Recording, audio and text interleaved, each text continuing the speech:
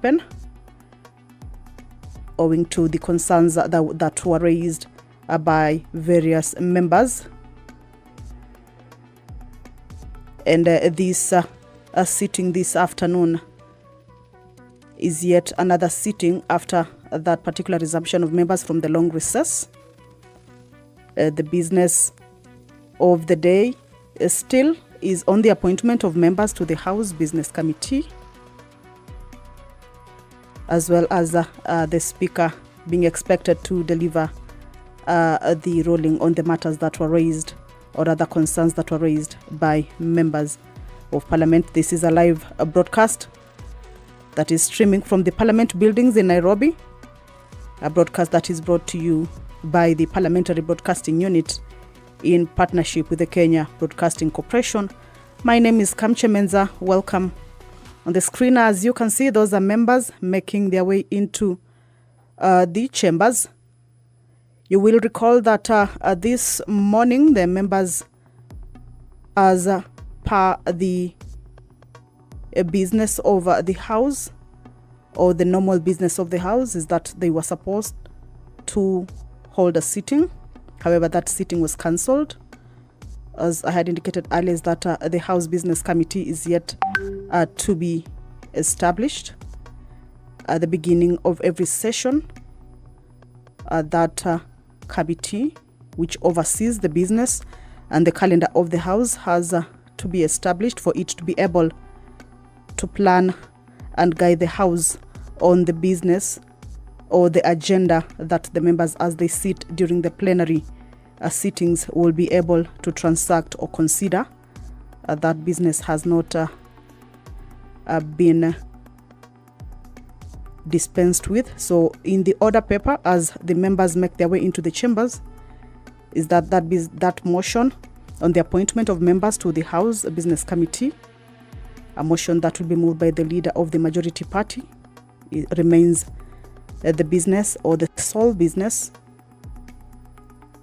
that will be done this afternoon.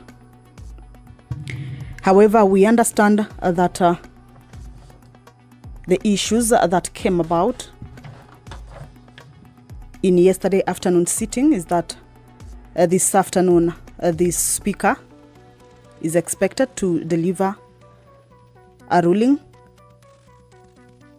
with regards to the leadership of the House, of course, following concerns that were raised by Honorable Millie Odhiambo regarding the judgment on the majority party of the House. You will recall that yesterday afternoon sitting, each member of the House was given an opportunity by the Speaker to ventilate on that particular matter. And members giving their opinions on how that particular judgment, or rather the impact of that particular judgment on the business of the House.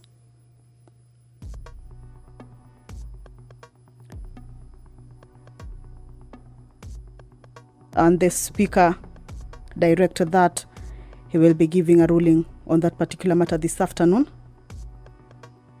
So as members make their way into the chambers,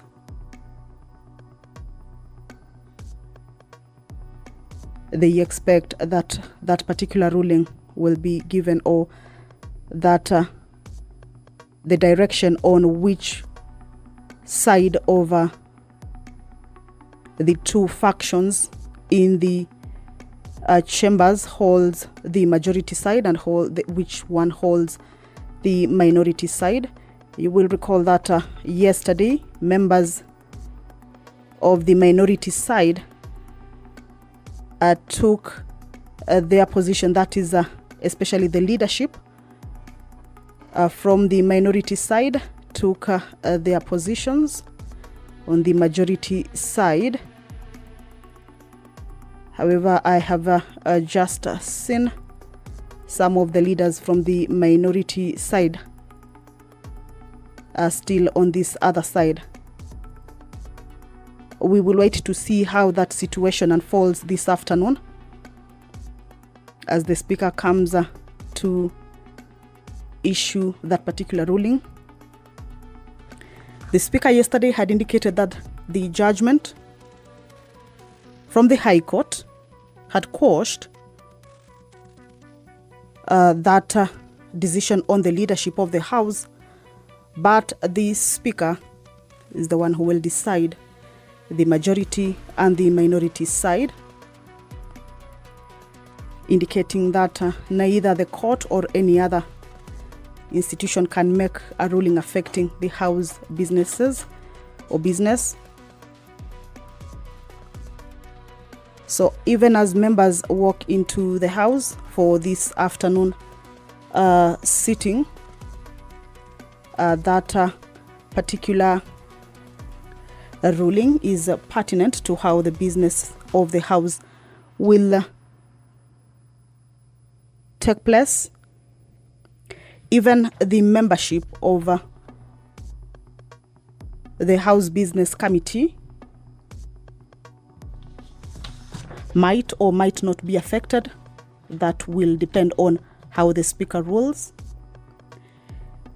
The changes in the House Business Committee, in the membership of the House Business Committee, is pursuant to provisions of Standing Order 171F, which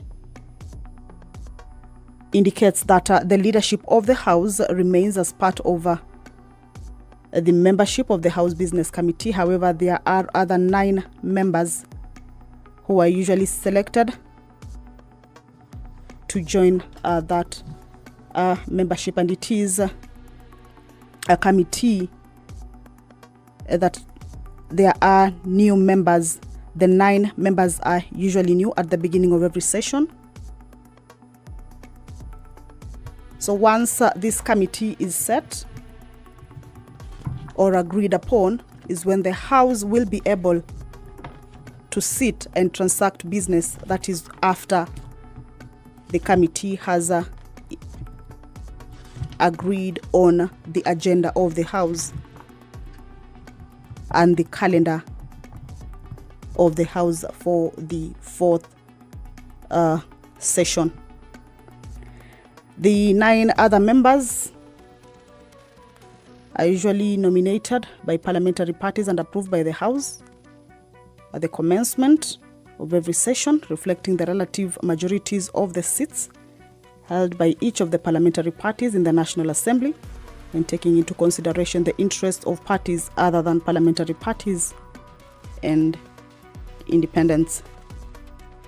I can see members upstanding. That is a clear indication that the Speaker, as you can see, has already made his way into the chambers. He will preside over this afternoon's sitting, deliver that particular ruling, then lead the House into appointing the members of the House Business Committee. My name is Kamche Menza. Allow me to hand you over to this live broadcast.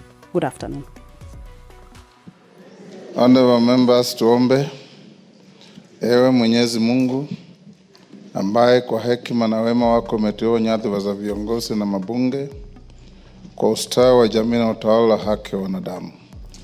Tukusihi utazame kwa rehema nyingi sisi watumishi wako ambao wameridhika kutuita ili tutekeleze shughuli muhimu za jamhuri yetu.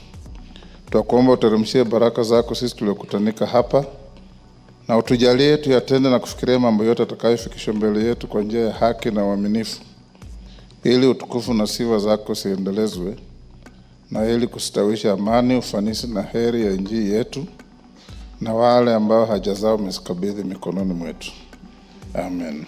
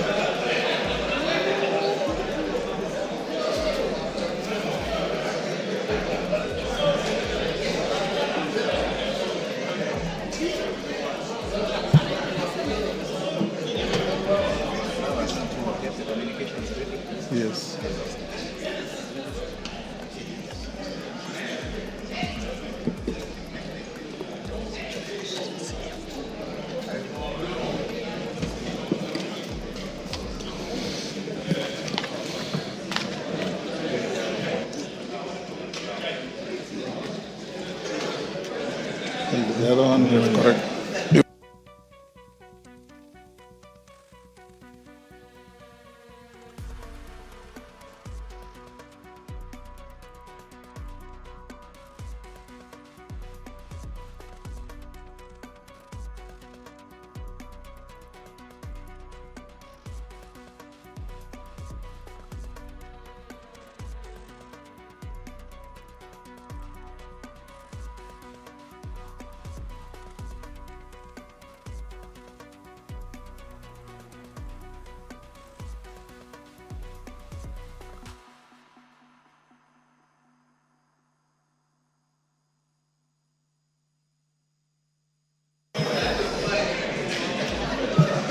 Honorable members,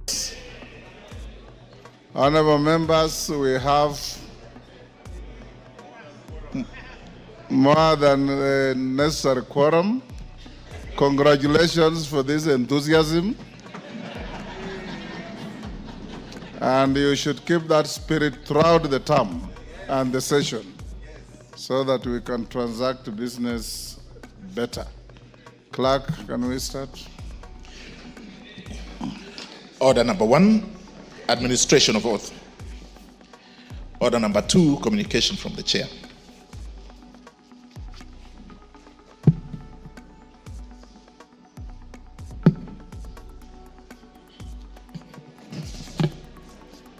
Honorable members, this is not what you're expecting. It will come slightly later. This is a communication on the reconstitution of the Select Committee on the National Government Constituency Development Fund. We left it out yesterday. Honorable members, you recall that during yesterday's sitting on Tuesday, 11th February 2025, I notified the House that the term of 18 committees had lapsed pursuant to the standing orders. I wish to further notify the House that in addition to the 18 committees listed in my communication number 001 of 2025 of yesterday, the term of the Select Committee on the National Government Constituency Development Fund also lapsed yesterday. This is pursuant to Section 50 of the National Government Constituency Development Fund, Cap 414A. In this regard, I have since instructed the clerk to write to the leader of the majority party and the leader of the minority party, notifying them of this fact and requesting them to submit the names of members to be appointed to serve on this committee. This will enable the Committee on Selection to consider the reconstitution of all committees that lapsed at once, and thereafter submit its recommendations, including any consequential changes to other committees, to the House Business Committee for consideration. Honorable members, as you have noticed in today's order paper, the reconstitution of the House Business Committee is listed as order number 8. I note that by way of letters addressed to the Speaker, Honorable Kimani Chungwa and Honorable Junet Mohammed, in their respective capacities, already submitted names of members for appointment to the House Business Committee. These names are listed in the motion under order 8. Honorable members, now that the question as to which is the majority party and the minority party and their respective leaders in the House is going to be settled, I urge the House to reconstitute the House Business Committee when the business appearing under order 8 is reached, whether today or tomorrow. I hope today. This will enable the committee to expeditiously embark on preparing and approving the calendar of the House for the fourth session and setting the agenda for the House, starting with the business for tomorrow, Thursday afternoon sitting. I also urge the leadership, once constituted, to expedite the constitution of the committees that lapse in order to facilitate timely consideration of priority business, particularly the business relating to the budget cycle for the financial year 2025-26. I wish to note that pursuant to Section 25 of the Public Finance Management Act, Cap 412A, the Budget Policy Statement, PBS, must be submitted on or before 15th of February 2025. Further, under Section 33(1) of the said Act, the debt management strategy of the national government over the medium term ought to be submitted to Parliament on or before the 15th of February 2025. Honourable members, today being the 12th of February 2025, I direct the clerk to urgently liaise with the National Treasury to ensure that the 2025 budget policy statement and debt management strategy are submitted to Parliament. The two documents ought to be tabled either in the course of today's sitting or during tomorrow's sitting, being the last available sitting day as per the prescribed timelines. Having said so, honourable members, strict statutory timelines apply to the consideration of the BPS by the Budget and Appropriation Committee and indeed the departmental committees. Therefore, the urgent formation of the Budget and Appropriations Committee and the Public Debt and Privatization Committee to consider the budget policy statement and debt management strategy cannot be overstated. The House is accordingly guided.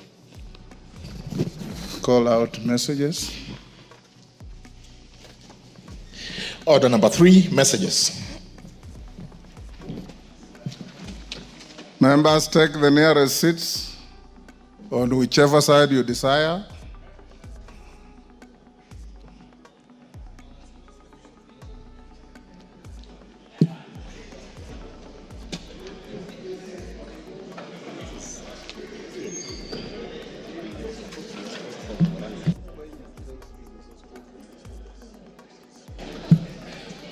Honorable Jeho, take the nearest seat.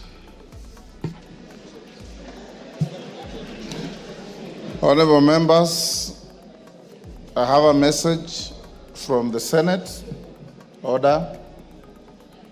Honorable members, pursuant to the provisions of Standing Order 45(5), I wish to report to the House that I have received 8 messages from the Senate regarding the passage of the following bills. 1. The Houses of Parliament Bicameral Relations Bill, National Assembly Bill number 44 of 2023. 2. The Cotton Industry Development Bill, Senate Bill number 5 of 2023.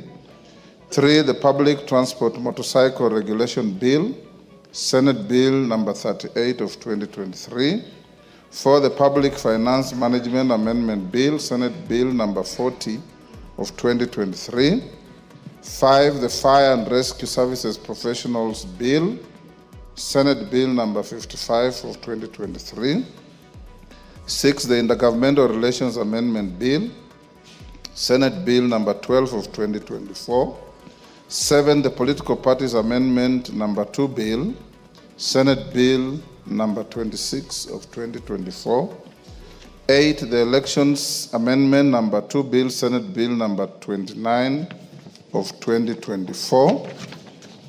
And honorable members, the first message conveys that on Thursday, 5th December 2024, the Senate considered and passed the Houses of Parliament Bicameral Relations Bill, National Assembly Bill number 44 of 2023, with amendments. In this regard, the Senate now seeks the National Assembly's reconsideration of the bill in accordance with the provisions of Article 112 of the Constitution. The second message relates to the passage of the Cotton Industry Development Bill, Senate Bill number 5 of 2023. The message conveys that the Senate considered and passed the National Assembly's amendments to the bill on Wednesday, 4th December 2024.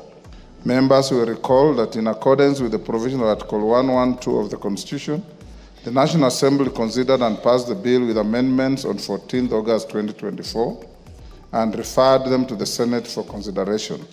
The passage of the bill by the Senate in the form passed by the National Assembly therefore concludes the bicameral consideration of the bill. Honorable members, the third message relates to the passage of the Public Transport Motorcycle Regulation, what is commonly called Border Bill, Senate Bill number 38 of 2023. The message conveys that the Senate considered and passed the bill with amendments on Thursday, 5th December 2024. The bill seeks to provide for a regulation of the border industry and for connected purposes. The fourth message relates to the passage of the Public Finance Management Amendment Bill, Senate Bill number 40 of 2023, published via Kenya Gazette Supplement number 160 dated 1st September 2023. The bill seeks to amend the Public Finance Management Act, Cap 412A, to entirely require county governments to develop and implement a county revenue collection system and to provide for the process of funding functions that have been transferred from one level of government to another under Article 187 of the Constitution. The message conveys that on Thursday, 5th December 2024, the Senate considered and passed the Public Finance Management Amendment Bill, Senate Bill number 40 of 2023, with amendments. The fifth message relates to the passage of the Fire and Rescue Services Professionals Bill, Senate Bill number 55 of 2023. The message conveys that the Senate considered and passed the bill with amendments on Thursday, 5th December 2024. The bill seeks to provide for the establishment, administration, powers and functions of the Fire and Rescue Services Professionals Board, the examination, training, registration and licensing of fire and rescue services professionals, and for connected purposes. The sixth message relates to the passage of the Intergovernmental Relations Amendment Bill, Senate Bill number 12 of 2024. This bill seeks to amend the Intergovernmental Relations Act, Cap 265F, to establish a structured framework for intergovernmental relations to enhance relations amongst the national government, county executive, and county assemblies. The message conveys that the Senate considered and passed the bill with amendments on Thursday, 5th December 2024. The seventh and eighth messages relate to the passage of the Political Parties Amendment number 2 Bill, Senate Bill number 26 of 2024, and the Elections Amendment number 2 Bill, Senate Bill number 29 of 2024. The bills seek to amend the Political Parties Act, Cap 7D, and the Elections Act, Cap 7, to actualize some of the recommendations and views of the public submitted to the National Dialogue Committee, NADCO, during the National Dialogue Discourse on issues of electoral justice and related matters. The message conveys that the Senate considered and passed the two bills with amendments on Thursday, 5th December 2024. Honorable members, with regards to the Senate amendments to the Houses of Parliament Bicameral Relations Bill 2023, the schedule of amendments is hereby referred to the Departmental Committee on Justice and Legal Affairs for consideration and reporting.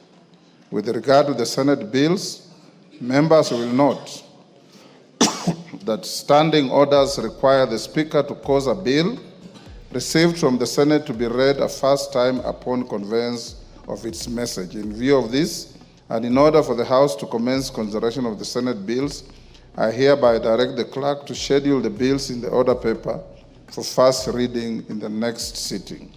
Thereafter, the bills stand committed to the following departmental committees: the Public Transport Motorcycle Regulation Bill to the Departmental Committee on Transport and Infrastructure, the Public Finance Management Amendment Bill, Senate Bill number 40 of 2023 to the Departmental Committee on Finance and National Planning, the Fire and Rescue Services Professionals Bill, Senate Bill number 55 of 2023 to the Departmental Committee on Regional Development, the Intergovernmental Relations Amendment Bill, Senate Bill number 12 of 2024 to the Departmental Committee on Administration and National Security, the Political Parties Amendment number 2 Bill, Senate Bill number 26 of 2024, and the Elections Amendment number 2 Bill, Senate Bill number 29 of 2024 to the Departmental Committee on Justice and Legal Affairs.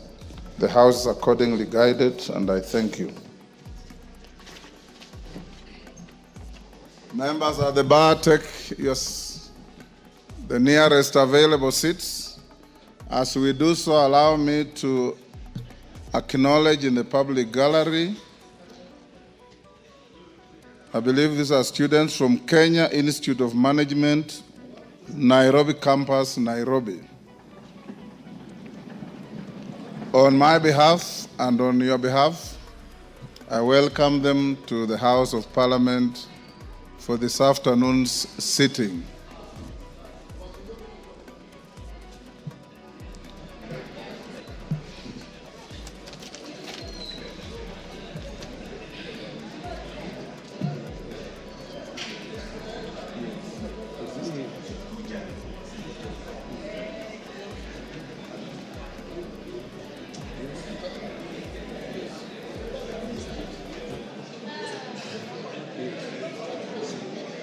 And where is the school for Kwenye?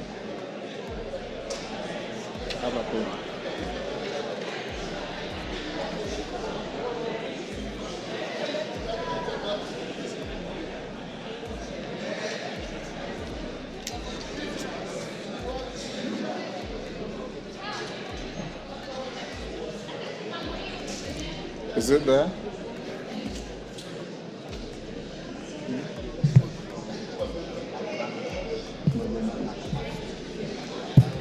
Honorable members, I also wish to welcome a school from Nyandarua called Magomano Girls. I believe it's from Kinangop. On behalf of myself and the House, we welcome them to the House of Parliament. And Honorable Thuku Kwenya has asked me for a minute to welcome the school from his constituency, and strictly 1 minute, Kwenya.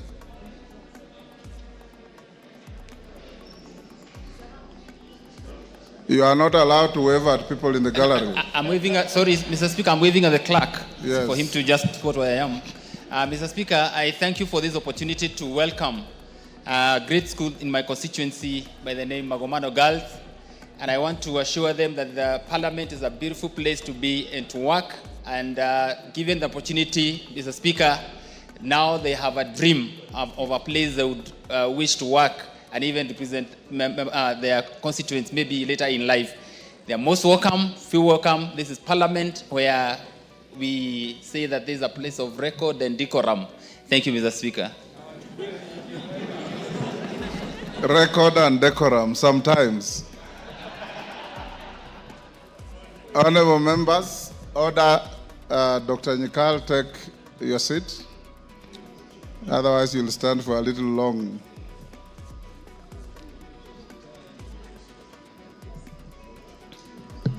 The member coming in, take your seat.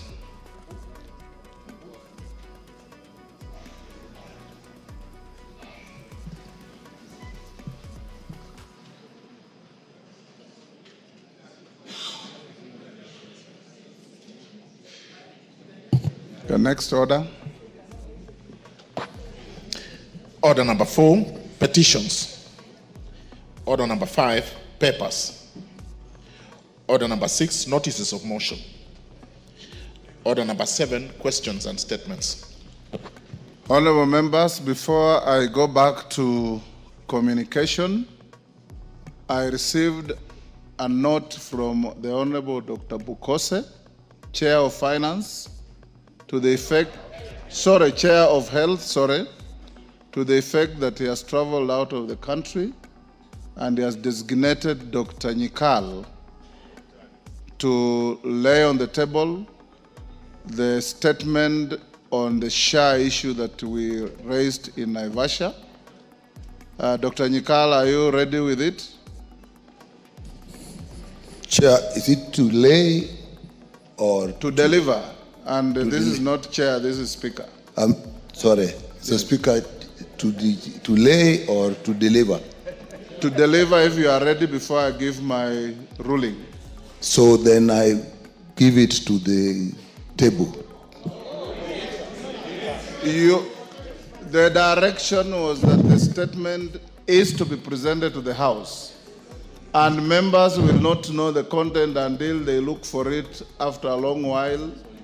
Yet the issues were that it is of public interest. Everybody wants to know what you are saying.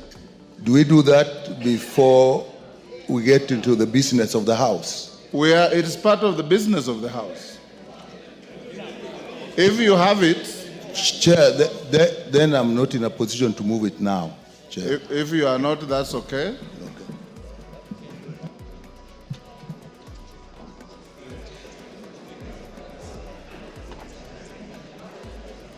I was also requested by two members, the Honorable Dawood and the Honorable Shakil Shabir, to eulogize the passing on of His Highness Prince Aga Khan, the spiritual leader of the Ismailia Muslim community. Between the two, I don't know who is going to go first. And do you have to do it both? Yes. Who is senior? I'll start with the senior. I'll start with Shakil Shabir. Then Dawood be ready after Shakil. Thank you, Mr. Speaker, sir. I would like to present a tribute on behalf to the Aga Khan community, the Ismaili community, in respect of the passing away of Prince Karim Aga Khan, whose vision and visionary leadership and unwavering commitment has left an indelible mark on Kenya. He was a beacon of hope for millions around the country. His Highness was the 49th hereditary Imam of the Ismaili Muslims, passed away on the 4th of February 2025, leaving a legacy of compassion, education, and humanitarianism. In Kenya, the Aga Khan's contribution has been transformative across various sectors. His Highness established the Nation Media Group in 1959, which has been the cornerstone of press freedom and media excellence in East Africa. Through the Aga Khan Fund for Economic Development, he founded Serena Hotels, promoting tourism and economic growth while preserving cultural heritage and environmental sustainability. The Aga Khan Education Fund also established Aga Khan schools across the country. The Aga Khan Primary School in Kisumu, where I studied, was a source of pride, producing generations of well-educated individuals who continue to contribute to the nation's development. This institution has even got up to 95%. They were recognized as the top school for a number of years.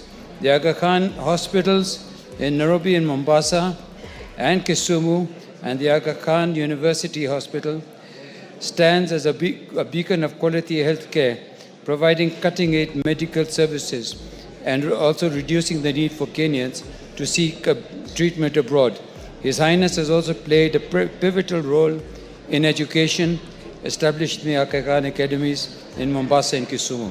As we mourn His Highness, we mourn the loss of His Highness, let us also celebrate his remarkable achievements and the enduring impact of his work in Kenya and East Africa. May his legacy inspire us to strive for a better, more compassionate world.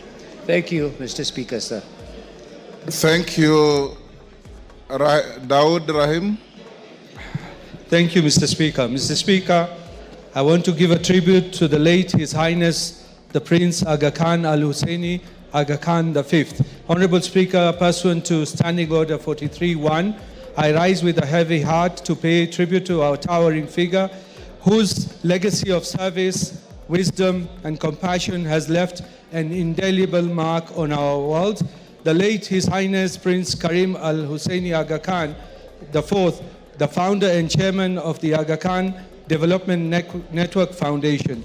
Honorable Speaker, the late Prince Karim Al-Husseini Aga Khan IV was not only a spiritual leader, but also a visionary humanitarian and a champion of progress whose impact transcended borders, faiths, and generations. For over 6 decades, the Aga Khan dedicated his life to uplift communities, advancing education, strengthening healthcare, and fostering economic development. His leadership of the Ismaili Muslim community was marked not only by the spiritual guidance, but by the unwavering commitment to pluralism, unity, and the dignity of all peoples, regardless of background. Honorable Speaker, through the Aga Khan Development Network, he transformed lives in ways few have ever done. The late Prince Karim Al-Husseini Aga Khan V understood that leadership is not measured by power, but rather by service. He stood as a bridge between civilizations, a voice of reason in times of division, and a steadfast believer in the power of knowledge. His advocacy for inclusivity and social cohesion remains an inspiration to leaders across the globe. His legacy continues through the institutions he built, the lives he changed, and the values he instilled in all who had the privilege to know him. Honorable Speaker, may I extend my deepest condolences to the family, friends, and community of the Aga Khan V as we honor the life of an extraordinary purpose. We give thanks for his boundless contributions and pledge to carry forward his vision of a more just, compassionate, and enlightened world. May His Highness the Aga Khan rest in peace. And Mr. Speaker, we want to congratulate His Highness Prince Rahim Al-Husseini the Aga Khan V on his ascension yesterday to the Imamate. Thank you, Mr. Speaker. Honorable members, yes, Pasaris, is it on the same issue? Thank you, Mr. Speaker. I just thought in the interest of gender, we should also have a woman speak to the passing of the Aga Khan. Prince Karim Al-Hussein Aga Khan, what I know is that he, as soon as he assumed office at the age of 20, 2 resolutions that he passed to amend the constitution. The first one was that if a family has children, girls and boys, and they have limited resources, the girl should be given the possibility of going to school. So he believed in gender empowerment. He believed that women and girls should be given equal opportunity, and if resources were less, then the girl should be promoted to go and study. He also started the Aga Khan housing projects because he believed that every family should own a home. So as we stand in solidarity with the Ismaili community and having been a beneficiary of the Aga Khan's projects, in the sense that I went to the Aga Khan Primary School and the Aga Khan Kensek Secondary School, I pay condolences to the entire Ismaili community, and we thank the foundations of the Aga Khan for all the work that they do, and we congratulate the new prince for assuming position. Thank you, Mr. Speaker. Thank you. Honorable members, order.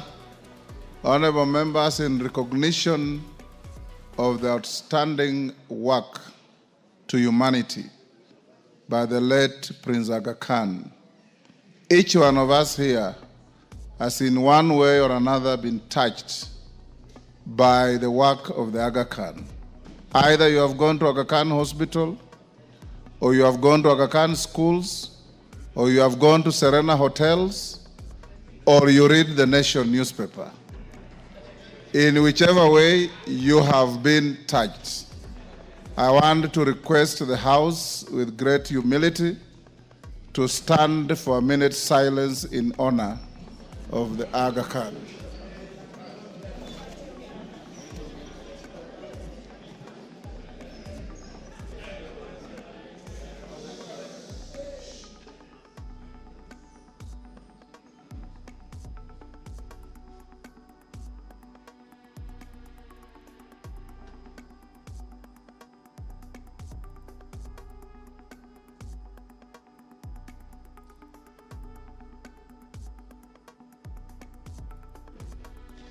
Thank you.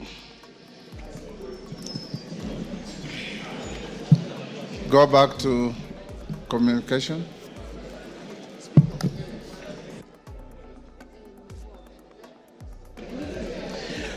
Order number 2, communication from the chair.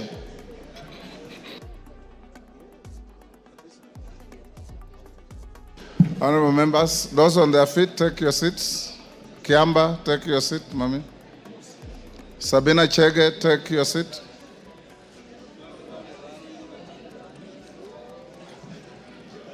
Honorable members, I have a communication to make on the leadership and continuity of the business of the House in the 4th session of the 13th Parliament.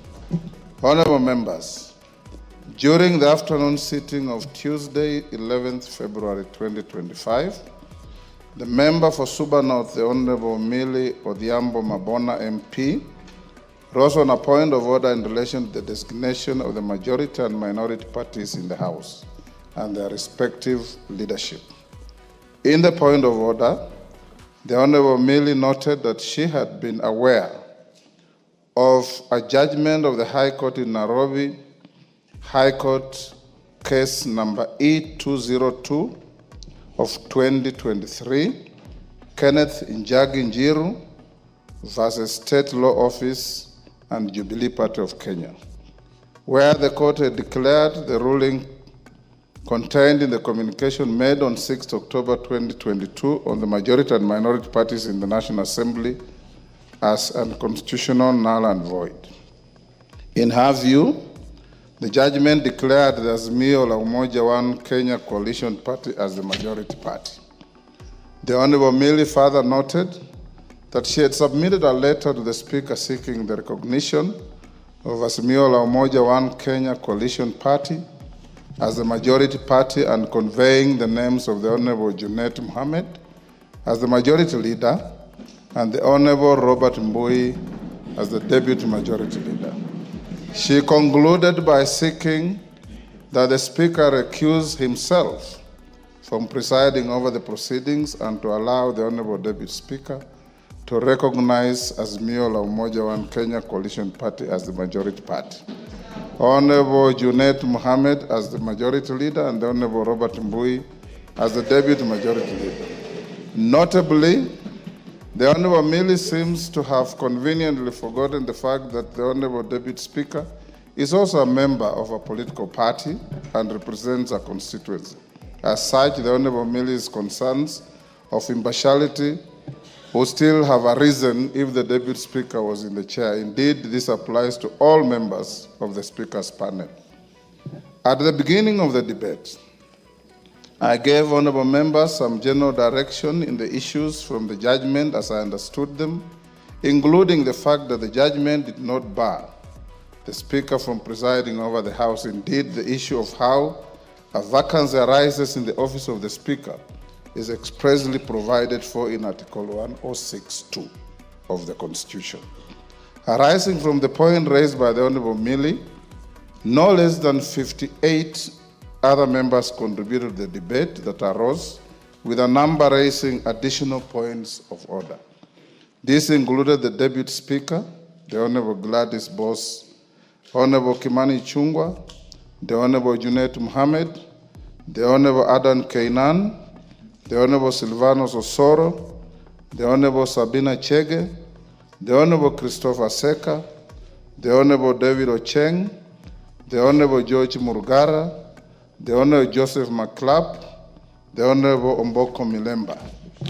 Other members who contributed on the point of order were the Honorable Major Retired Bashir Abdullahi, Honorable Betty Maina, Honorable John Kiari, Honorable Timothy Kipchumba, Honorable Raphael Wanjala, Honorable John Chikati, Honorable Zahir Janda, Honorable Robert Mbui, Honorable George Murugara, I think that's repeated, Honorable Doris Donya, Honorable Wanami Wamboka, Honorable Tienda Molo, Honorable Karole Omondi, Honorable Mwengi Mutuse, Honorable Duncan Madenge, Honorable Didmas Baraza, Honorable Jane Kagiri, Honorable Emmanuel Wangwe, Honorable Peter Kaluma, Honorable Dr. Lillian Kogo, Honorable Gideon Kimaio. Additionally, Honorable Nabina Bwera,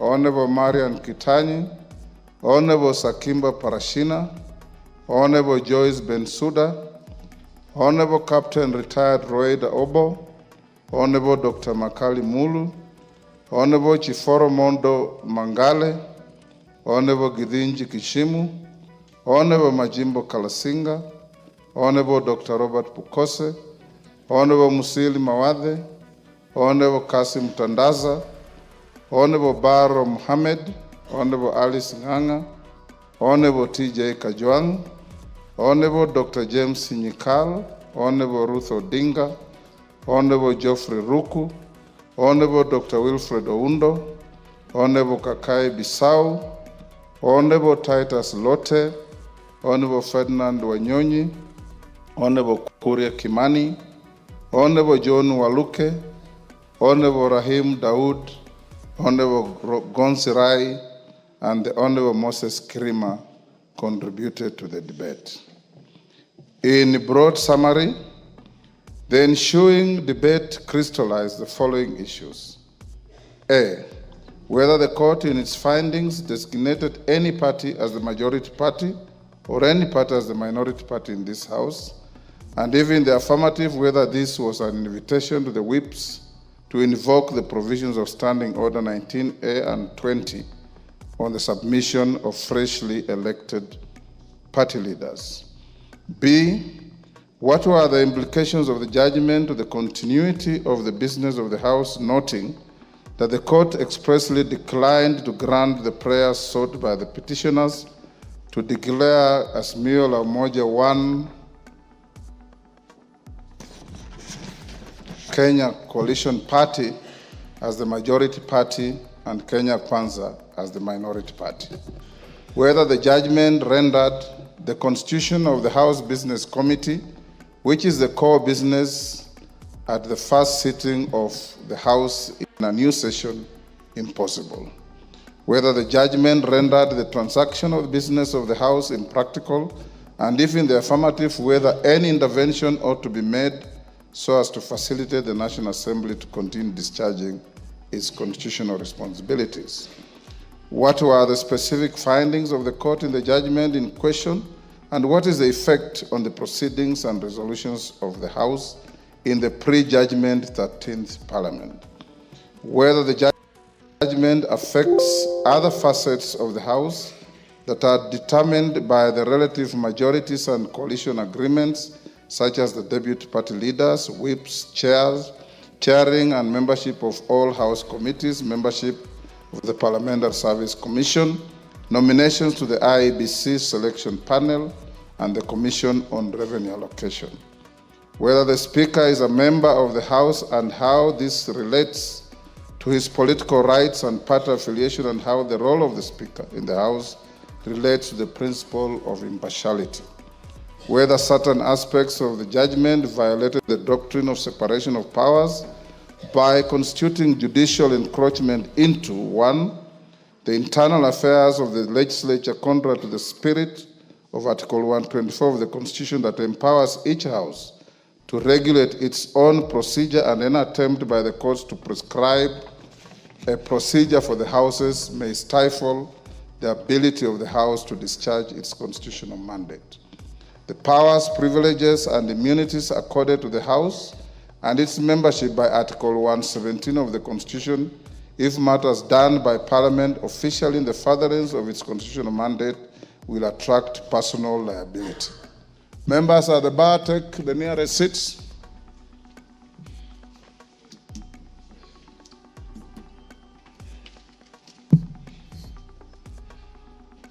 Koyo, take the nearest seat. You don't have to run across the floor. Thank you. While contributing to the debate, the Honorable Mwengi Mutusi tabled a letter dated 30th January 2024 from the Register of Political Parties indicating that the Maendeleo Chap had exited the Azimio la Umoja One Kenya Coalition Party with effect from 25th January 2024.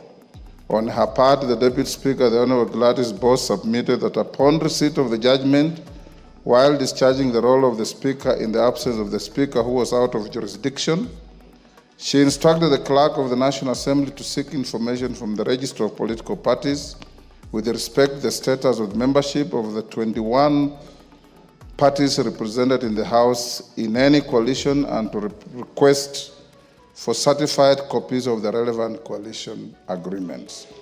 At the conclusion of the debate, the Deputy Speaker tabled a response from the Register of Political Parties referred as Request for Information on Coalition Agreements, dated 11th February 2025.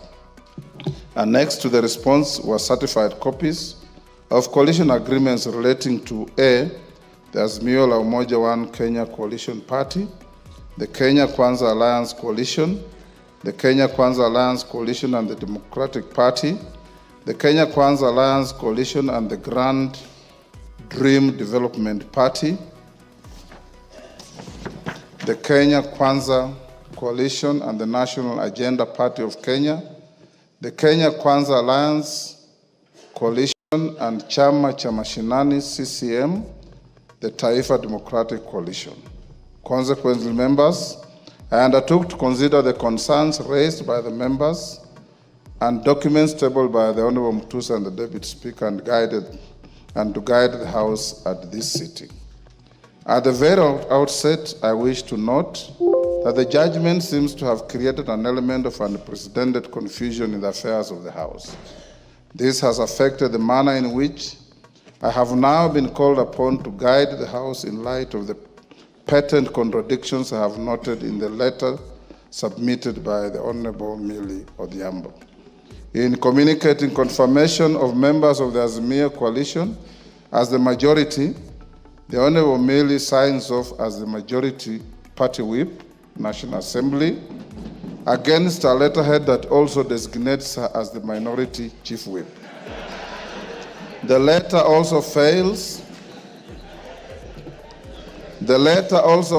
to attach any records of any meeting which the alleged decision of the coalition was made as required by the very standing orders 19A and 20 that she quoted and invoked. Viewed in isolation, the letter is in law defective. Nevertheless, I'll allow the honorable member some latitude in the light of the prevailing confusion. Honorable members, I've read the judgment and it has been explained to me at length by our very able legal team. I find it quite unfortunate that misleading assertions have been made with respect to the findings of the court. Honorable Wanjala, keep your cool. The majority of the reporting has failed to note that the matter before the court related to a mixed bag of prayers sought by petitioners touching on the pending disputes in the Jubilee Party, the Finance Bill 2023, requests for a section of Kenyans not to pay taxes, and deeming of certain members to have resigned from their political parties, among others. A reading of the judgment reveals glaring factual and legal contradictions. I instructed that an appeal be lodged against the judgment forthwith. My guidance to the House should not be construed as a review of the findings and orders of the court, and that remains within the province of the judiciary. With respect to the issues raised by the members, I can only pronounce myself on matters that are necessary to facilitate the continuity of the business of the House. Consequently, the guidance I'm about to give shall strictly confine itself within those parameters. Honorable members, I wish to note that out of 34 prayers expressly sought by the petitioners, the High Court in its findings only granted 3 prayers and expressly declined the other 31 prayers. Paragraph 508 of the judgment reads, and I quote, "In the ultimate, we allow the petition to the following extent. It is hereby declared," that's Roman 1, "that the question as to which party or coalition of parties is the majority in the National Assembly in the 13th Parliament was determined by the sovereign will of the Kenyan voters during the 9th August 2022 general elections. 2, it is hereby declared that the Honorable Speaker's ruling on determination contained in his communication from the Chair made on 6th October 2022 on the majority and minority in the National Assembly violated Article 108 of the Constitution and therefore is null and void. 3, it is hereby declared, I'm quoting from the judgment. Yes. It is hereby declared that the Honorable Speaker's ruling or determination from the Chair on 6th October 2022 with respect to leadership of the National Assembly on account of his determination of the majority party and minority party in the National Assembly is contrary to and violated Article 108 of the Constitution, and to that extent is null and void. 3. An order of certiorari is hereby issued quashing the Honorable Speaker's ruling or determination contained in his communication from the Chair made on 6 October 2022 on the majority and minority in the National Assembly. Subject to the foregoing orders, the court went on. The rest of the prayers in the petition are declined. Parties will bear their own costs. Honorable members, finding number Roman 4 in which the court declined to grant the rest of the prayers sought by the petitioners is quite instructive. To put it in its proper perspective, I note that at paragraph 33, appearing on page 6 of the judgment, the petitioner had expressly sought that the court grants the following prayers, among others. D, that a declaration be issued to declare that the Azimio la Umoja One Kenya coalition is the majority party in the National Assembly of Kenya based on the outcome of the election of members of the National Assembly held on 9th August 2022.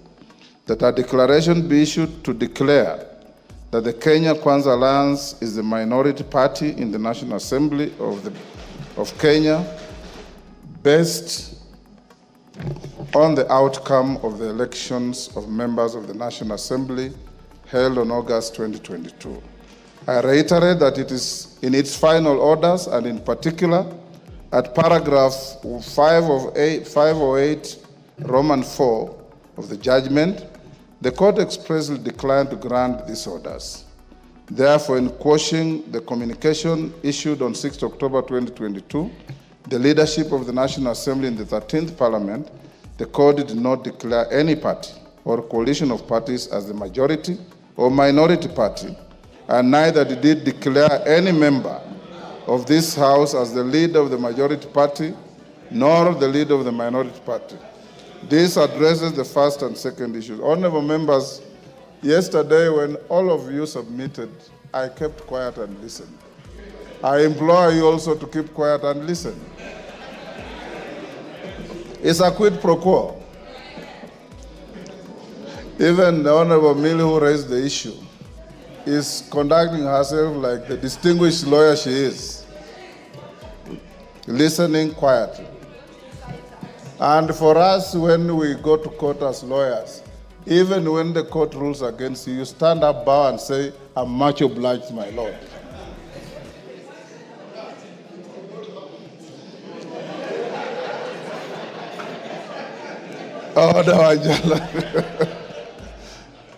Moving on, honorable members, in its first finding, the High Court cryptically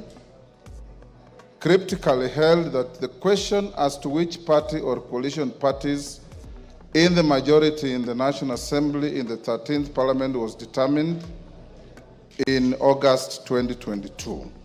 Whereas the finding of the court is a statement of fact and of law as prevailing on the 9th August 2022, the nagging question as raised by a number of members is whether the law contemplates this determination of the majority and minority parties to be static throughout the subsequent days of a term of Parliament. The Constitution itself enumerates several avenues in which the number of parliamentary seats secured by a party or a coalition at a general election can be subsequently varied. First, Article 103 of the Constitution spells out 7 instances in which a vacancy can arise in the office of a member of Parliament, including death and resignation, and this can drastically affect the numbers or members of a particular party. Secondly, Article 104 of the Constitution provides for the manner in which a member of Parliament can be recalled by the electorate with the result and effect on the parliamentary seats secured by any political party. Thirdly, Article 105 of the Constitution provides for the manner in which the High Court can nullify the election of a member of parliament with the result and effect on the parliamentary seats by any political party. Fourth, Article 108 of the Constitution, as further expounded in the Political Parties Act, acknowledges the formation and existence of coalitions which, when varied through post-election agreements, have a result and effect on the parliamentary seats associated with a political party or coalition. For instance, apart from the dynamic complexities that we have witnessed around the composition of coalitions since the last general election, honorable members are also aware of the current existence of 3 vacancies in the office of members of parliament with respect to Banisa constituency, Magarin constituency, and Ugunja constituency. A further vacancy exists with respect to the nomination slot vacated by the Honorable John Badi. How is the House meant to treat a change in its relative majorities arising from the current existing 4 vacancies? Honorable members, to my mind, all the cited scenarios create avenues for the exercise of the sovereign will of the people to determine the majority and minority in the House. By quashing the guidance that I gave for purposes of ensuring the continuity of the business of the House, the court recreated the very same question that arose at the commencement of the 13th Parliament as to which party or coalition is the majority or minority in the House. Honorable members, the 3rd schedule to the Constitution prescribed the oath that I took pursuant to Article 74 of the Constitution before assuming office as your Speaker. Having been elected by yourselves on 8 September 2022, I swore to bear true faith and allegiance to the people and the Republic of Kenya. I undertook to faithfully and conscientiously discharge my duties as Speaker and to obey, respect, preserve, and protect and defend the Constitution. Critically, I also committed to do right to all manner of persons in accordance with the Constitution and the laws and conventions of Parliament without fear or favor, affection, or ill will. I did ask the Almighty God to help me in this crucial role and appended my signature to the physical version of the oath. With that in mind, whenever I am invited to render guidance to the House, it remains my solemn and singular duty to provide that guidance and way forward. My predecessors have previously upheld the significance of safeguarding the independence, powers, and privileges of this House and the doctrine of exclusive cognizance. Article 124 of the Constitution empowers the House to regulate its own procedure, and the other arms of government have a duty to refrain from interfering with this privilege. A question such as the one referring to the majority and minority party falls within this privilege and must, as of necessity, be guarded jealously and only resolved within Parliament. The Constitution and the laws and conventions of Parliament do not grant me the option of declining jurisdiction or issuing any guidance that effectively holds the operations of the House. My oath obligates me to ensure the uninterrupted functions of this House for the benefit of the people of Kenya. In its finding number 3, the court held that the communication was null and void.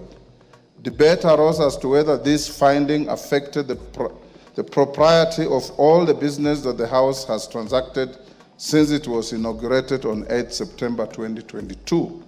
There were perceptions and assertions that the legislation so far passed by the House may have been voided. It should be beyond doubt that there was no order of the court in this regard to precipitate this kind of thinking, and there cannot have been such a blanket order as the issues placed before the court by the litigants did not question legality and competence of Parliament to legislate on matters before it, save for the prayers relating to the Finance Act 2023 and Appropriations Act 2023, and these prayers were expressly dismissed by the court. Members at the bar, take the nearest seats.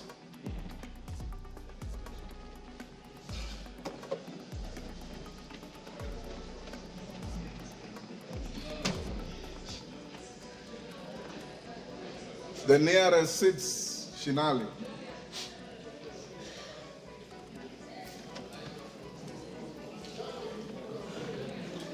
Osero, take the nearest seat. Thank you. It should be beyond doubt that there was no order of the court in this regard. Sorry, I've read that. As ably noted by the Honorable Member for Kikuyu, the decisions which arise from the business transacted by the House has no relation to which party is designated as the majority or minority. They are decisions of the House as a whole. From where I sit, no debate can arise as to the legality of the actions taken by the House prior to the invalidation of the communication. I need not belabor this point. To the critical matter at hand, Article 108 of the Constitution establishes the offices of party leaders in Parliament and outlines the order of precedence to be observed in the National Assembly as follows. There shall be a leader of the majority party and a leader of the minority party. The leader of the majority party shall be the person who is the leader in the National Assembly of the largest party or coalition of parties. The leader of the minority party shall be the person who is the leader in the National Assembly of the second largest party or coalition of parties. The following order of precedence shall be observed in the National Assembly: the Speaker of the National Assembly, the leader of the majority party, and the leader of the minority party.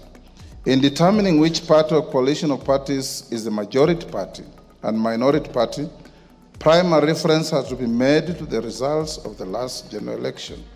As noted in previous guidance on the designation of the leadership of the House, the exercise must be informed by reference to formal records of membership of the political parties represented in the House and their affiliations, if any, with each other through pre- and post-election coalition agreements. It will be noted that the Independent Electoral and Boundaries Commission, IEBC, via Gazette Notice number 99509951 of 2022, both dated 23rd August 2022, Gazette Notice number 10535 of 2022, dated 5th September 2022, Gazette Notice number 10537 of 2022, dated 7th September 2022, and Gazette Notice number 10710 of 2022, dated 9th September 2022, declared all the persons duly elected and nominated as members of this House and their respective parties at the general election. With respect to the affiliation between the parties currently represented in the National Assembly, Standing Order 2B requires the Clerk of the National Assembly to obtain a certified copy of any coalition agreement entered into between two or more political parties. As guided in previous rulings by the speakers of this House, Standing Order 2B was intended to allow the House to determine its relative majorities and resolve, among others, any disputes between constitutive parties of coalitions, to the membership of the Parliamentary Service Commission, nominations to the Commission on Revenue Allocation, and positions in the East African Legislative Assembly. Honourable members, indeed, as noted by members in their contributions to the debate herein, the continuity of the business of the House and consideration of the orders of the court under finding Roman 1 of the judgment would be significantly embedded without access to the most current information on any coalitions formed or dissolved by the parties represented in the House today, and any variation in the membership of those coalitions and parties. This information must be juxtaposed against the current membership of the House. Indeed, several members, including Honorable Millie Odhiambo, Honorable Junet Mohammed, Honorable Peter Kaluma, Honorable Mboko Milemba, Honorable David Ocheng, Honorable Sabina Chege, Honorable Mwengi Mutuse, Honorable Major Retired Bashir, and others referred to what they call changed circumstances in the composition of the respective coalitions and parties within the House. Allow me to take you, honorable members, down memory lane, just but for illustration. During the 7th Parliament, where yours truly was a member, There arose a leadership dispute between Ford Asili and Ford Kenya as to which party was the official opposition. Each party had 31 seats, leading to a dramatic and humorous incident where the late Honorable Martin Shikuku, you may recall that the leader of Ford Asili was the Honorable late Kenneth Matiba, who was not having good health at the time. So Martin Shikuku, as the Secretary General of the party, was the de facto leader of the party in the House. There were leading dramatic and humorous incidents where the late Honorable Martin Shikuku and the late Honorable Mzee Jaramogi Oginga Odinga alternatively claimed the seat reserved for the leader of opposition in the House on a first-come, first-occupied basis. The dispute was finally resolved following the defection of Honorable Njuguna Njoroge from Ford Asili, the then member for Makuyu, who defected to KANU. Thereafter, Ford Kenya became the de facto official opposition party, with the Honorable Jaramogi Oginga Odinga as the leader of the official opposition, subsequently followed by the Honorable Wamalwa Kijana after the demise of Mzee Odinga. The dispute, it would therefore be beyond absurdity for your Speaker to blindly designate the leadership of the House without reference to formal communication of the membership of various coalitions and the relative majorities of the House as at today. The designation must take into account any changes in the various coalitions, vacancies in the membership of the House, and other relevant realities. As it was stated by the Deputy Speaker, in order to establish the existence and status of coalition agreements affecting the affairs of the National Assembly, she instructed the clerk to write to the Office of the Registrar of Political Parties on the evening of 7th February 2025, seeking information. A, membership of the 21 political parties represented in the National Assembly in any coalition, including coalition political parties, and the dates relevant to the membership. Any variations in the membership of the coalitions and coalition political parties, and the dates of the variations. C, certified copies of pre-election and post-election coalition agreements relating to the parties and the status of the agreements.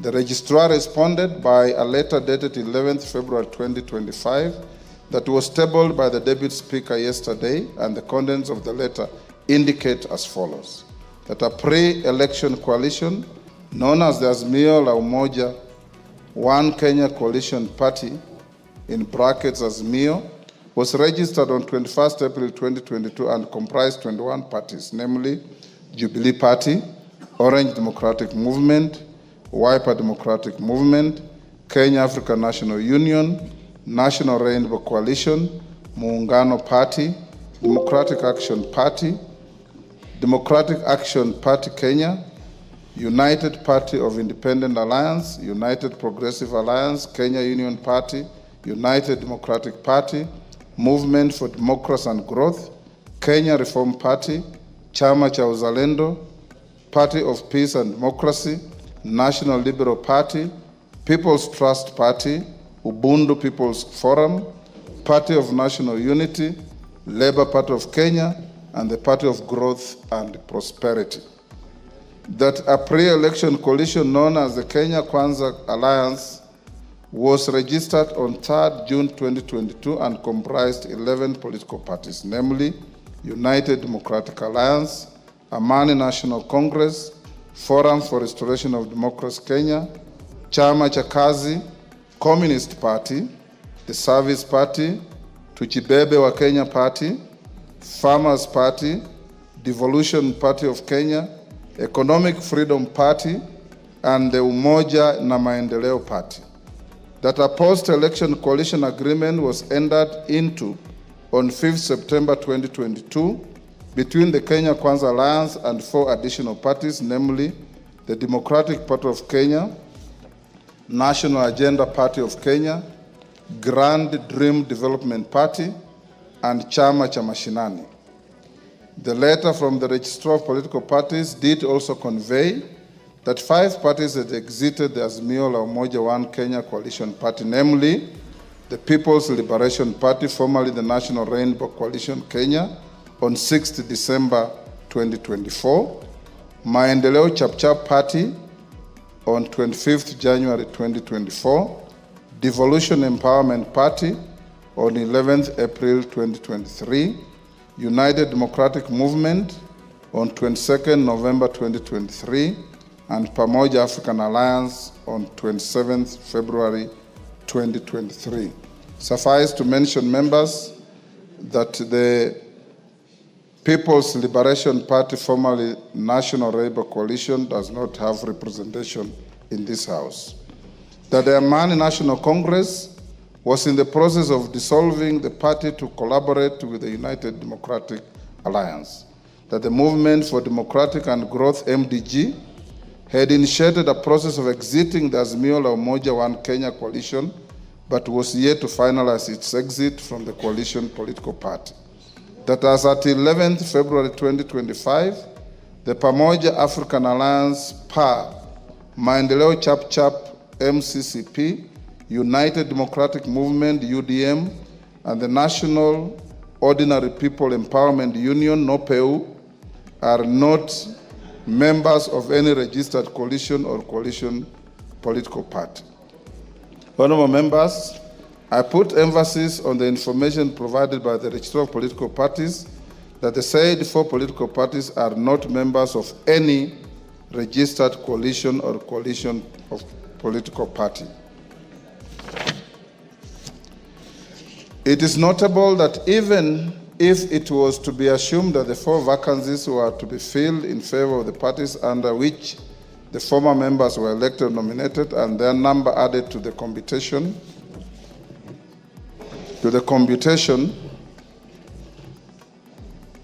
of the 2 coalitions, the Azimio la Umoja One Kenya Coalition Party would still not attain a majority of the members in the House. Honorable members, my reference to the Gazette notices relating to the election of members at the last general election and the current vacancies with respect to Banisa, Magarini, Ugunja, and the resignation of the Honorable John Badi, the current composition of the National Assembly by individual political parties in alphabetical order is as follows. Amani National Congress, 8.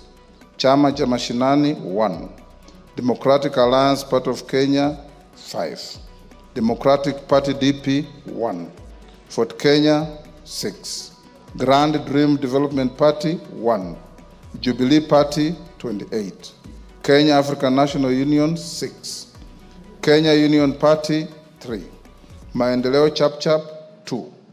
Movement for Democracy and Growth, MDG, 1. National Alliance Party of Kenya, 1. National Ordinary People Empowerment Union, NOPEU, 1. Orange Democratic Movement, ODM, 83. Pamoja African Alliance, PA, 3. Service Party, TSP, 2. The United Democratic Alliance, UDA, 145. United Democratic Movement, UDM, 7. United Party of Independent Alliance, UPIA, 2. United Progressive Alliance, UPA, 1. Wiper Democratic Movement, 26.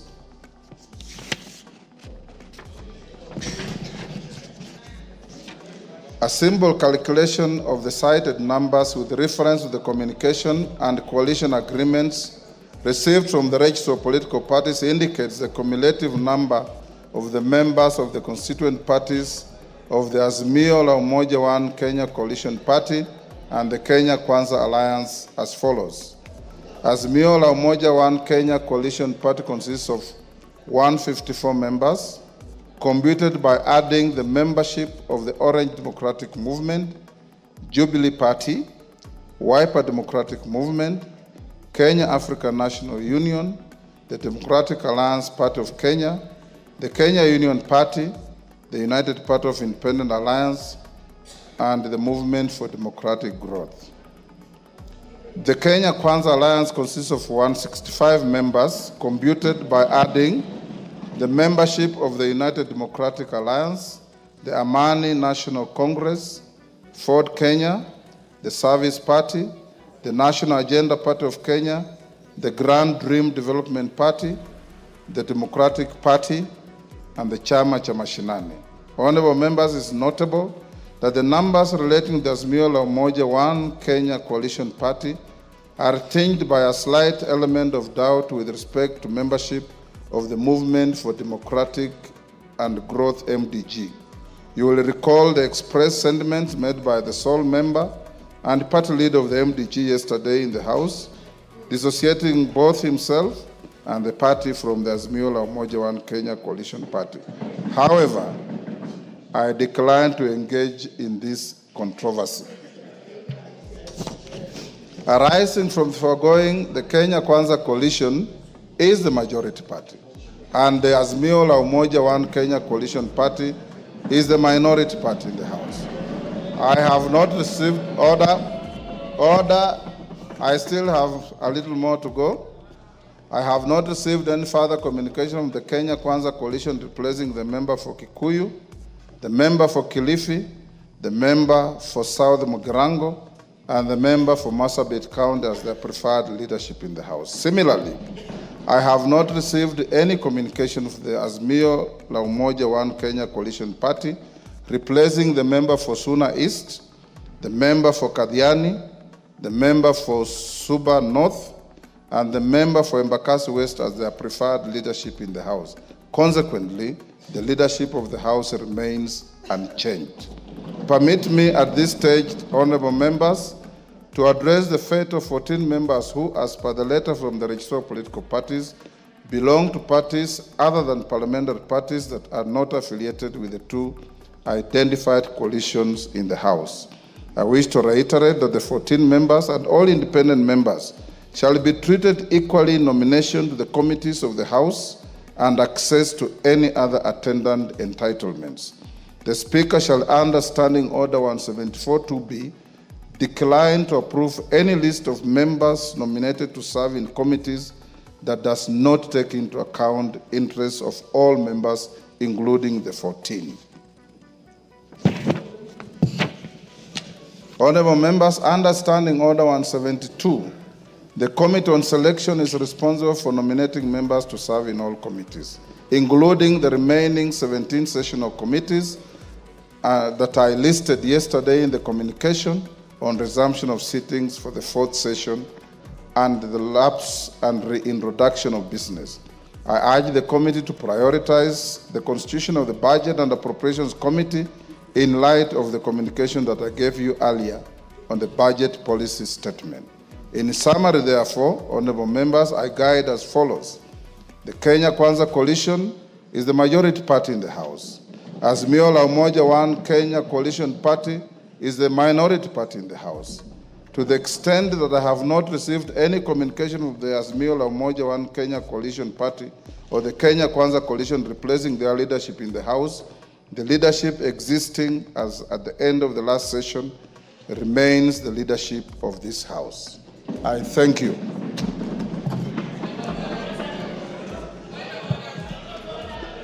Yes, Millie, this was your point of order. Honorable members, I am not opening any debate. I'm giving Honorable Millie because she was the owner of the point of order. After she finishes, we go to the next order. Rosarit Martin. Thank you, Mr. Speaker. Mr. Speaker, actually in compliance with Standing Order number 87-2, Mr. Speaker, in compliance with Standing Order number 87-2,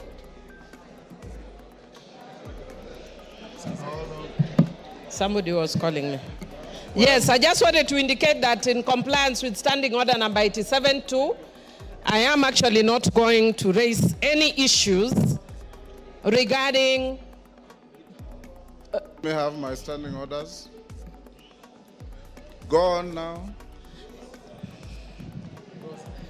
Thank you. Yes, go on. Yeah, thank you, Mr. Speaker. Mr. Speaker, I just wanted to say that in compliance with Standing Order number 87-2, I will not raise any issues regarding the communication that you have just given. I'm a very law-abiding citizen and cognizant of our standing orders.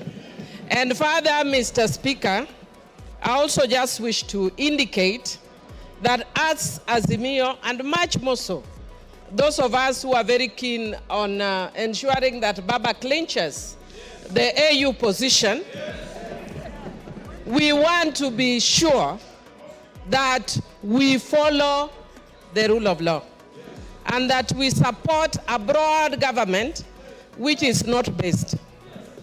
And we are encouraging the government to be both broad and based. It is broad but not based. For those who have not learned literature, understand what I'm saying. This government is broad, but it is not based. So don't call us to be in a broad-based government. It has to be broad-based government. And Mr. Speaker, I also just want to say that as Azimio, we follow. No, I'm not going to congratulate you. Mr. Speaker, this one is talking towards me, but I ignore him. Ignore him, you are senior. He should listen to me. I'm ignoring him. Osoro. As Azimio. Honorable Osoro. But Mr. Speaker. Millie Odhiambo is your learned senior. Yes. Listen to her. But Mr. Speaker, don't even worry, I can handle him.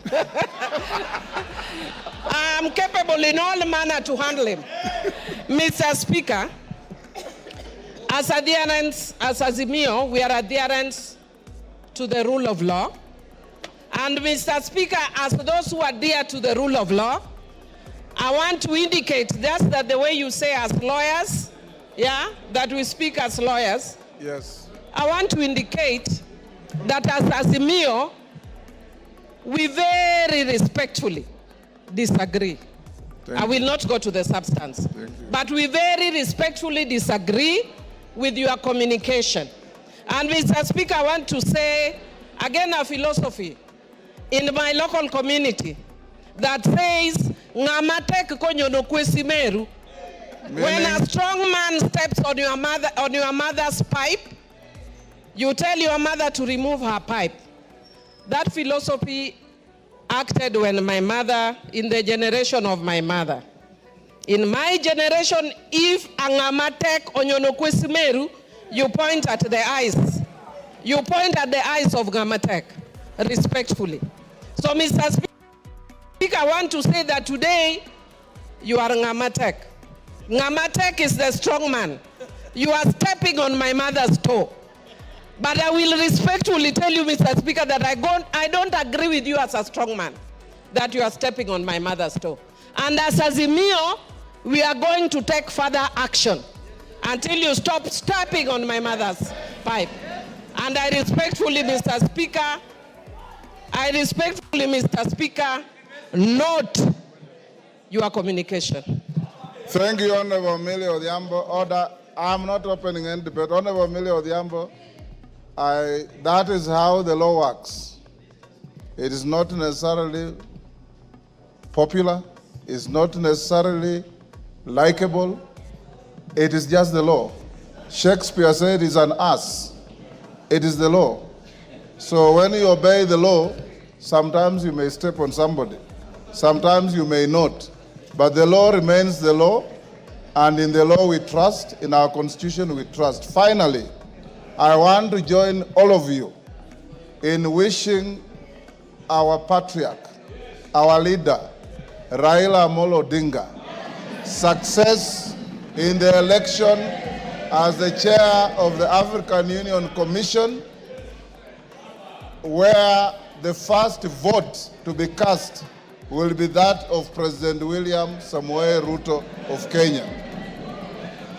I have also, Honorable Millie Odhiambo, directed the majority leader and his counterpart after this ruling that in constituting committees, they should go beyond broad and base. Order. I will not open any debate. Next order.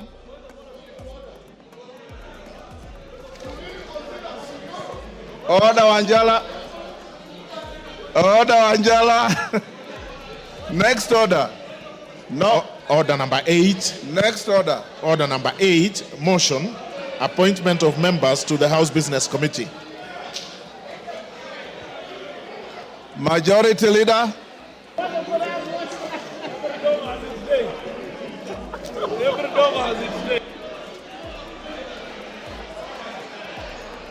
Majority Leader.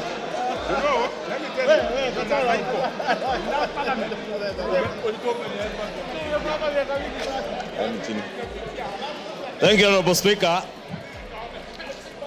Honorable Speaker, I beg to move that pursuant to the provisions of Standing Order 17-1, Order, members, those who are recessing, recess quietly.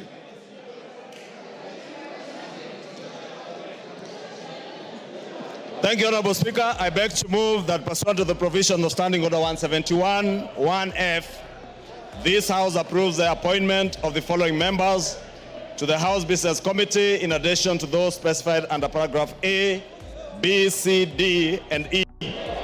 1, the Honorable Omboko Milemba, CBS MP. 2, the Honorable Robert Mbui, CBS MP. 3, the Honorable Faith Wairimo Gitao, MP. 4, the Honorable Samuel K. Chepkonga, CBS MP. 5, the Honorable Adan Welie Keinan, CBS MP. 6, the Honorable Tom Joseph Francis Kajuang, MP. 7, the Honorable Sarah Paulata Korere, MP. 8, the Honorable Joshua.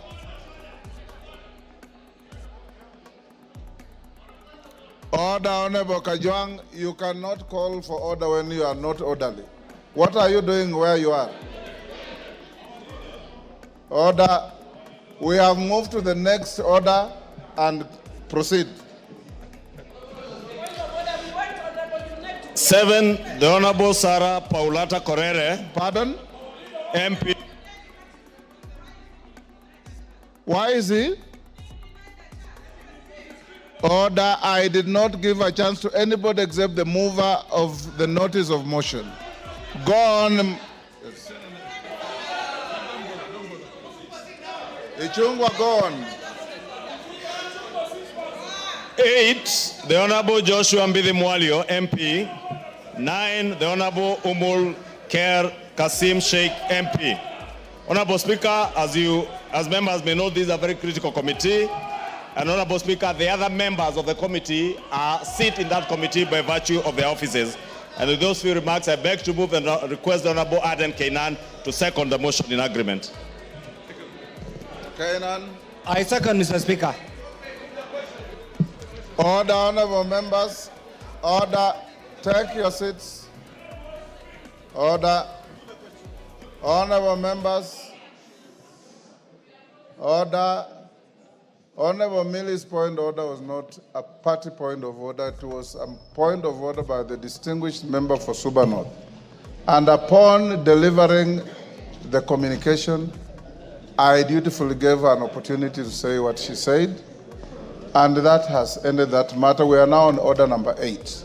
I now propose the question, which is that pursuant to the provisions of Standing Order 171-1F, this House approves the appointment of the following members to the House Business Committee, in addition to those specified under Orders A, B, C, D, and E. Honorable Mboka Milemba, CBS MP. Honorable Robert Mbui, CBS MP. Honorable Faith Wairimo Gitao, CBS MP. Honorable Samuel K. Chepkonga, CBS MP. Honorable Adan Welie Keinan, CBS MP. Honorable Mboka, I'm proposing the question. I have not put any question. So actually you're out of order. Honorable Tom Joseph Francis Kajuang, CBS MP. Honorable Sarah Paulata Korere MP. Honorable Joshua Mbithi Mwali MP. Honorable Omulher Kasim Sheikh MP. Yes, yes, Cynthia. Thank you, Honorable Speaker, for giving me an opportunity to make a comment in regards to the House Business Committee that has been constituted Honorable Speaker, I note that these are members that were sitting in the same committee last time, and they did a beautiful job, Honorable Speaker, and I want to support their nomination back to the House Business Committee.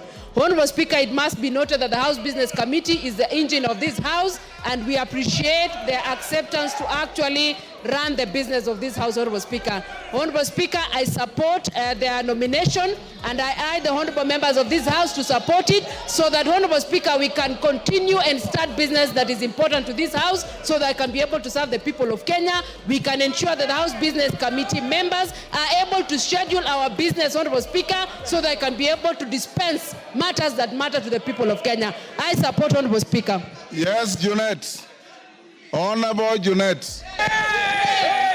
Order. Order. Members standing around Honorable Junet. Honorable Junet, take your seat for a minute. Members. Mr. Speaker. Order, Honorable Junet, just hold. Honorable Babowino. Order. Honorable Babowino. Take your seat. When the speaker calls you out, you don't have to stand up. This is not a classroom.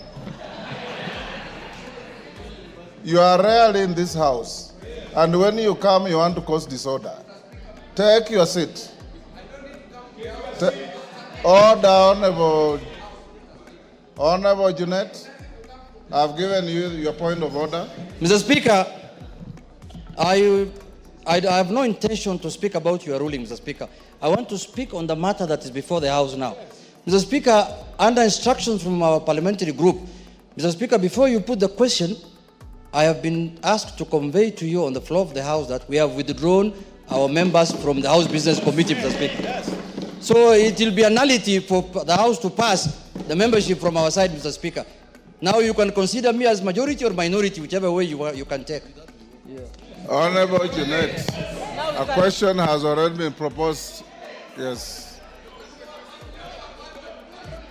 Honorable Ichungwa, Order. Honorable Ichungwa, I call upon you to reply. Thank you, Honorable Speaker. Honorable Speaker, in reply, let me say the House Business Committee is properly and duly constituted. And with or without the participation of the 4 members of the Azimio Coalition, the House Business Committee would sit. And Honorable Speaker, being the chair of the House Business Committee, you will be advising the House Business Committee on when to have our first sitting, hopefully after the adjournment of this House this afternoon, so that we may be able to schedule business that concerns Kenyans. Because, Honorable Speaker, what we have engaged in from yesterday does not concern the people of Kenya who have sent us to represent us in this House.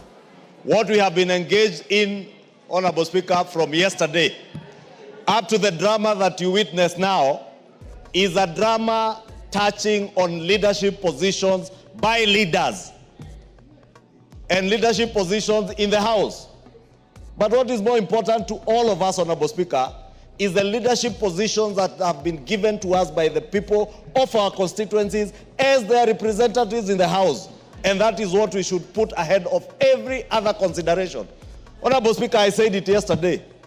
The perks of the leader of majority are similar to the perks of the leader of minority.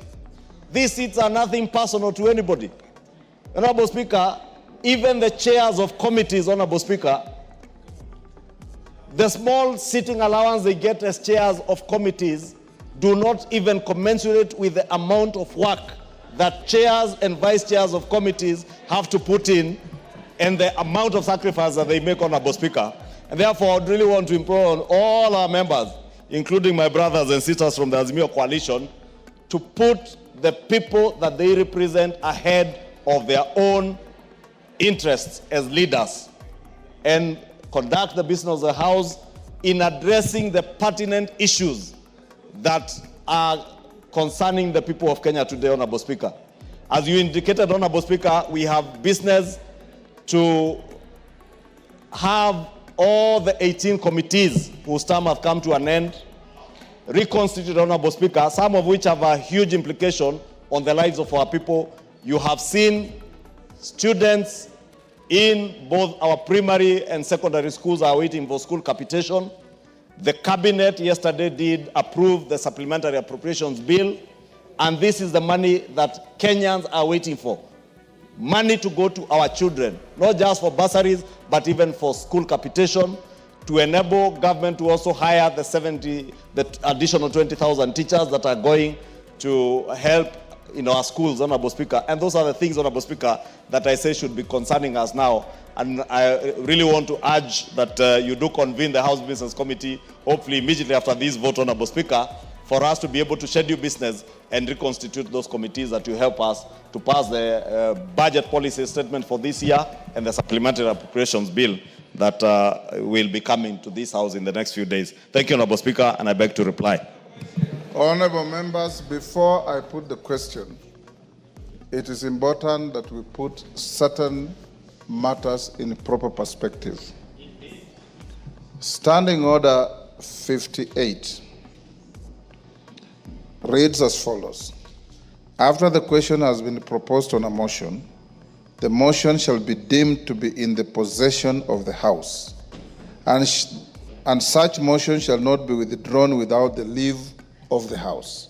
That's number one. Number two, I received communication from Honorable Kimani Ichung'wah, Honorable Junet Mohammed, and I want to put it on record so that it is clear to all Kenyans. Honorable Kimani Ichung'wah wrote to the Clerk of Parliament, Samuel Njoroge, on 6th of February as follows, and this is after I had spoken personally to both Honorable Ichung'wah and Honorable Junet, asking them to propose names to the House Business Committee. Honorable Ichung'wah wrote, Dear Sir, reference nomination of Kenya Kwanza Alliance members to the House Business Committee. Further to your letter referenced NA L&P HBC/2025/CORR in bracket 001 dated 3rd February 2025, I hereby submit the following names of members of the Kenya Kwanza Coalition for appointment to the House Business Committee, in addition to those specified under Standing Order 171, 1B and D. The Honorable Samuel Chepkonga, CBS MP, was in Gishu County, Male. The Honorable Omboko Milemba, CBS MP, Vihiga County, Male. The Honorable Faith Wairimu Gitau, CBS MP, Nyandarua County, Female. The Honorable Joshua Mbithi Mwalio MP, Machakos County, Male. The Honorable Umulkhair Kasim Sheikh MP, Mandera, Female. Yours sincerely, Honorable Kimani Ichung'wah, AGH MP, Leader of the Majority Party, copy to the Right Honorable Dr. Francis Moses Masika WETANGULA, AGH MP, Speaker of the National Assembly. On the 10th of February, I received a letter from the Honorable Junet Mohammed addressed to the Clerk of the National Assembly. Dear Sir, reference nomination of members to the House Business Committee. Your letter dated 3rd February 2025, reference NALP HBC/2025/CORR 001 refers. The minority party nominates the following members to the House Business Committee in accordance with the standing orders. The Honorable Mbui Robert MP, the Honorable Francis Kajwang Tom Joseph MP, the Honorable Walie Adan Keinan MP, the Honorable Korere Sarah Paulata MP, yours sincerely, Junet Mohammed, Honorable EGH MP, Suna East Constituency, Leader of the Minority Party in the National Assembly. At the time the Honorable Junet wrote this letter, the judgment under contestations that has gone on yesterday was already out. And he knew and designated himself, rightly so, as the minority leader. I call out today for the motion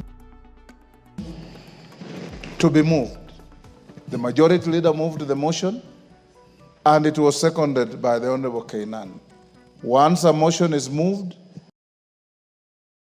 you can either move an amendment seeking the necessary support from the House that shall be put to a vote, or you keep your cool. You do not change the content of a motion by picketing on the floor of the House and making statements that are completely unparliamentary and unhelpful.